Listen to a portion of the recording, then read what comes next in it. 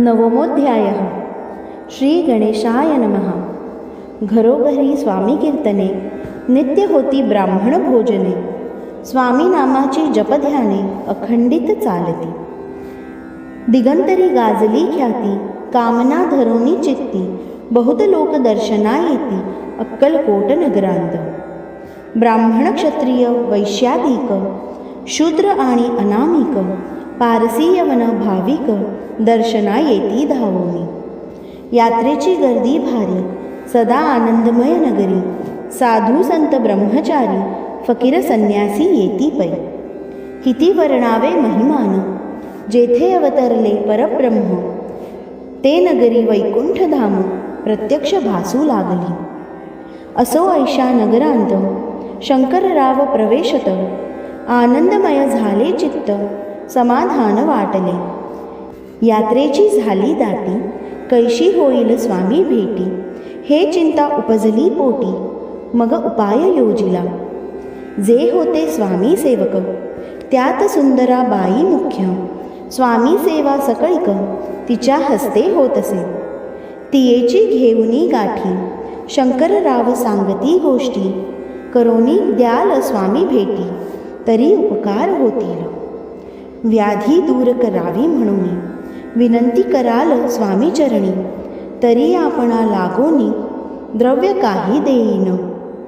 बाईंची द्रव्य लोभपूर्ण, आनंदले तियेचे मन, म्हणे मी इतुके करीन, 2 सहस्त्रे रुपये घालकी। ते म्हणती बाईसी, इतुके कार्य जरी करीसी, तरी 10 सहस्त्र रुपयांची देईन सत्यवचनही। बाई विस्मित झाली अंतरी, ती म्हणे हे सत्य जरी, तरी उदक घेऊनी करी, संकल्प आपण सोडावा। शंकरराव तैसे करीती, बाई आनंदली चित्ती, म्हणे मी प्रार्थुनिया स्वामींप्रती, कार्य आपुले करीन। मग एके दिवशी यती, बैसले होते आनंद वृत्ती, शंकरराव दर्शन घेती, भावचित्ती विशेष। बाई स्वामींसी बोले वचन, हे गृहस्थ थोर कुलीन, परिपूर्व कर्मे या लागून, ब्रह्मसंबंध पीडितो।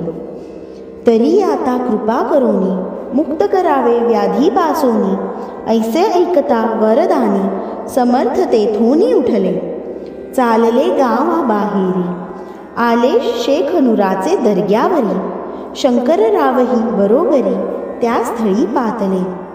यवन स्मशान भूमीत, आले यती राज त्वरित, एका नूतन खांचेत, निजले छाटी टाकोनी। सेवेकरी शंकररावांसी, म्हणती लीला करून ऐसी, चुकविले तुमच्या मरणासी, निश्चय मानसी धरावा। काही वेळ गेल्यावरी, उठली समर्थांची स्वारी, शेख नुराचे दर्ग्यावरी, येऊनी पुढे चालले। शंकररावे तया दिवशी, खाना दिधला फकीरांसी, आणि शेख नूर दर्ग्यासी, एक कफनी चढवली। मग काही दिवस लोटत, स्वामी राज आज्ञापित, बारीक वाटुनी निंबपत्र 10 मिरे त्यांत घालावी। ते घ्यावे हो औषध, तेणे जाईल ब्रह्मसंबंध, जाहला स्वामी राजवैद्य, व्याधी पळे आपणची। स्वामी वचनी धरुनी भाव, औषध घेती शंकरराव, तयांसी आला अनुभव, 10 दिवस लोटले। प्रकृतीसी आराम पडला, राव गेले स्वनगराला, काही मास लोटता तयाला, ब्रह्मसंबंधे सोडिले। मग पुन्हा आनंदेसी, दर्शना आले अक्कलकोटासी, घेऊनी स्वामी दर्शनासी, आनंदित जाहले। म्हणती व्याधी गेल्यानंतर, रुपये देईन 10 सहस्त्र, ऐसा केला निर्धार, त्याचे काय करावे। महाराज आज्ञापिती, गावाबाहेर आहे मारुती, तेथे चुने गच्ची निश्चिती, मठ तुम्ही बांधावा। ऐशिया एकांतस्थानी, राहणार नाही कोणी, ऐसी विनंती स्वामी चरणी, कारभारी करिताती।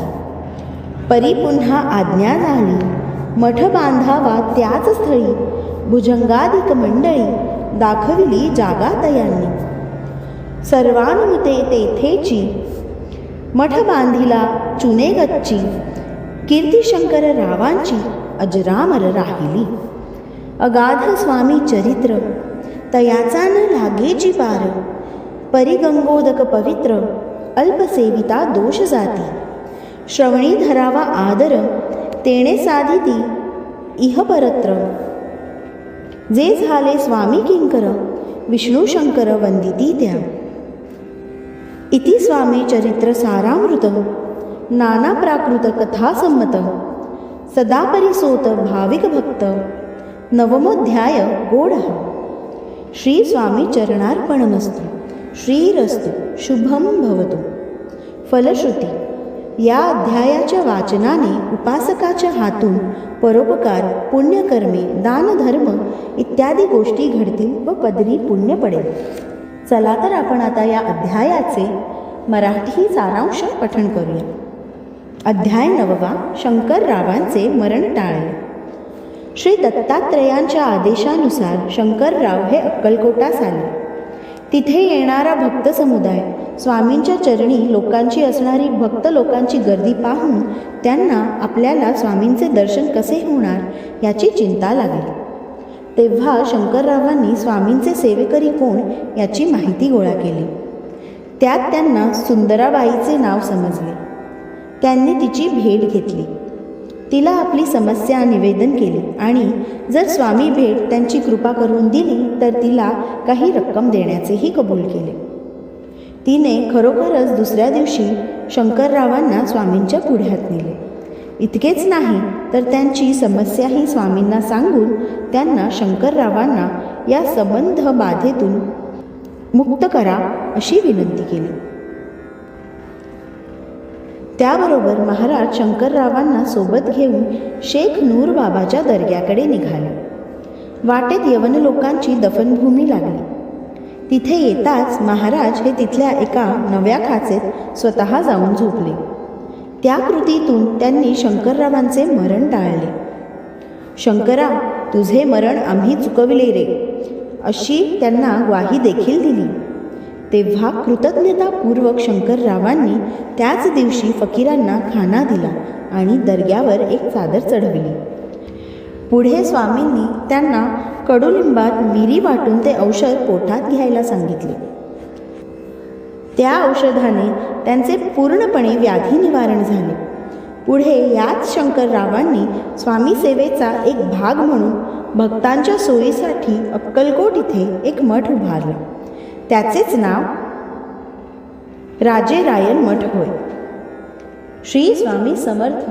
अवधूत चिंतन. श्री गुरुदेव दत्त.